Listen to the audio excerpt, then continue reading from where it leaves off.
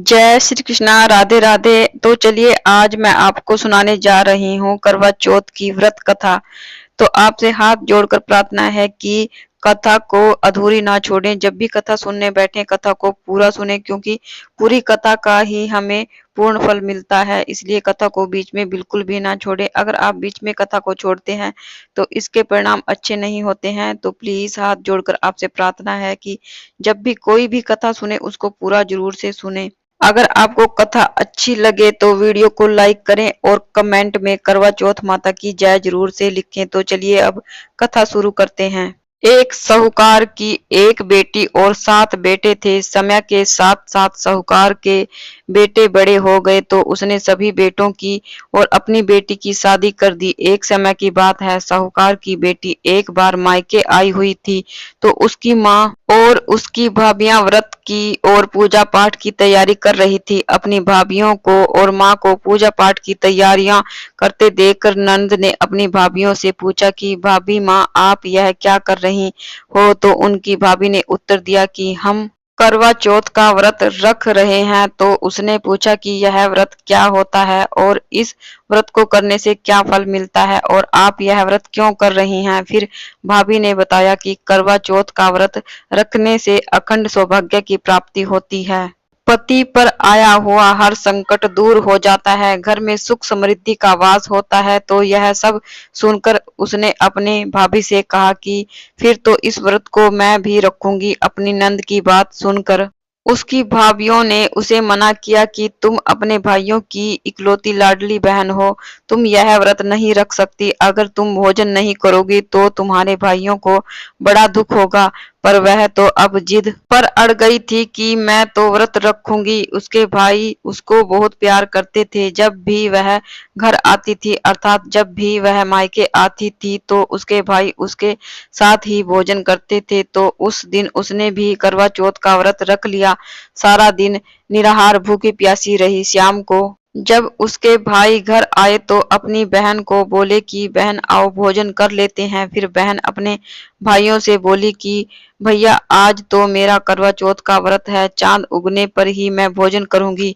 बहन को भूखी प्यासी देख भाइयों ने सोचा कि चांद उगने तक तो बहन भूखी रहेगी। तो एक भाई ने दिया जलाया, दूसरे भाई ने छलनी लेकर उसे ढका और नकली चांद दिखाकर बहन से कहने लगे कि बहन आओ, चलो चांद निकल आया है, आओ चांद को अर्घ दे दो। यह देखकर बहन अपनी भाभीियों से बोली कि भाभी माँ, चांद निकल आया है, आओ चांद को अर्घ दे देते हैं। फिर भाभियां बोली, ननद जी, यह तो आपका चांद निकला है, हमारा चांद तो रात को निकलेगा। बहन ने अकेले ही अर्घ दे दिया और भोजन करने लगी। तो पहले ही गिलास में बाल आ गया, दूसरे गिलास में कंकड़ आया और तीसरे गिलास में मुंह में लेते ही उसके ससुराल से उसे संदेशा आया कि उसका पति बहुत बीमार है, जल्दी चलो। माँ ने जब लड़की को विदा किया तो अपनी बेटी से कहा कि रास्ते में जो कोई भी मिले उसके पांव लगना और जो कोई सुहाग का आशीष दे तो उसके पल्ले में गांठ लगाकर उसे कुछ रुपए दे देना। बहन जब भाइयों से विदा हुई तो रास्ते में जो भी उसे मिला उसने उसे यही आशीष दिया कि तुम 7 भाइयों की बहन हो, तुम्हारे भाई सुखी रहे और तुम उनका सुख देखो। सुहाग का आशीष किसी ने भी नहीं दिया। जब वह ससुराल पहुंची तो दरवाजे पर उसकी छोटी ननद खड़ी हुई थी। वह उसके भी पांव लगी तो उसने कहा कि सुहागिन रहो, दूधो नहाओ, पूतो फलो। तो उसने यह सुनकर पल्ले में गांठ बांध ली और ननद को सोने का सिक्का दिया। जब वह भीतर गई तो सास ने कहा कि पति धरती पर पड़ा है, तो वह उसके पास जाकर उसकी सेवा करने के लिए बैठ गई। बाद में सास ने दासी के हाथ बची कुची रोटी उसे भेज दी। इस प्रकार से समय बीतते बीतते मार्गशीर्ष की चौथ आई तो चौथ माता बोली, करवा ले भाइयों, भाइयों की प्यारी करवा ले। लेकिन जब उसे चौथ माता नहीं दिखाई दी तो वह बोली, हे चौथ माता, आपने मुझे उजाड़ा है तो आप ही मेरा उद्धार करोगी, आपको मेरा सुहाग देना ही पड़ेगा। तब चौथ माता ने बताया कि पोष की चौथ आएगी, वह मेरे से बड़ी है, उनसे ही सब कहना, वही तुम्हारा सुहाग वापस देंगी। पोष की चौथ आकर चली गई।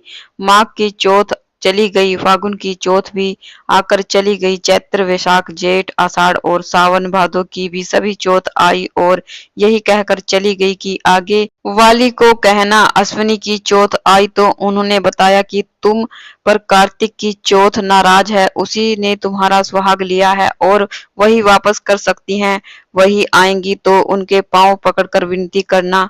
यही बताकर वह भी चली गई। जब कार्तिक की चौथ आई तो वह गुस्से में बोली, भाइयों की प्यारी करवा ले, दिन में चांद उगानी करवा ले, व्रत खंडन करने वाली करवा ले, भूखी करवा ले। यह सुनकर वह चौथ माता को देखकर उनके पांव पकड़कर गिड़गिड़ाने लगी, हे चौथ माता, मेरा मेरा सुहाग आपके हाथों में है, आप ही मुझे सुहागिन करें। तब चौथ माता बोली, हे पापिन, मेरे पांव पकड़कर क्यों बैठ गई।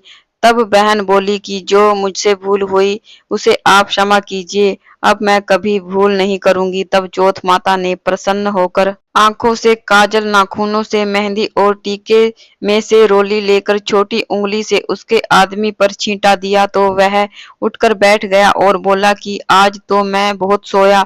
फिर उसकी पत्नी बोली, क्या सोया, मुझे तो 12 महीने हो गए, अब जाकर चौथ माता ने मेरा सुहाग लौटाया है। तब उसने कहा कि जल्दी से माता का पूजन करो। जब चौथ की कहानी सुनी, करवा पूजन किया तो प्रसाद खाकर दोनों पति पत्नी चौपड़ खेलने बैठ गए। नीचे से दासी आई, उसने उन दोनों को चौपड़ पासे खेलते देखा तो उसने सास जी को बोल दिया। तब से सारे गांव में यह प्रसिद्धि होती गई कि सभी स्त्रियां चौथ का व्रत करें तो सुहाग अटल रहेगा। हे चौथ माता, जिस तरह से साहूकार की बेटी को सुहाग दिया उसी तरह से सबको सबको सुहागन बनाए रखना। तो यह थी करवा चौथ की व्रत कथा। अगर आपको कथा अच्छी लगी है तो वीडियो को लाइक कीजिए और कमेंट में करवा चौथ माता की जय जरूर से लिखिए। तो फिर मिलते हैं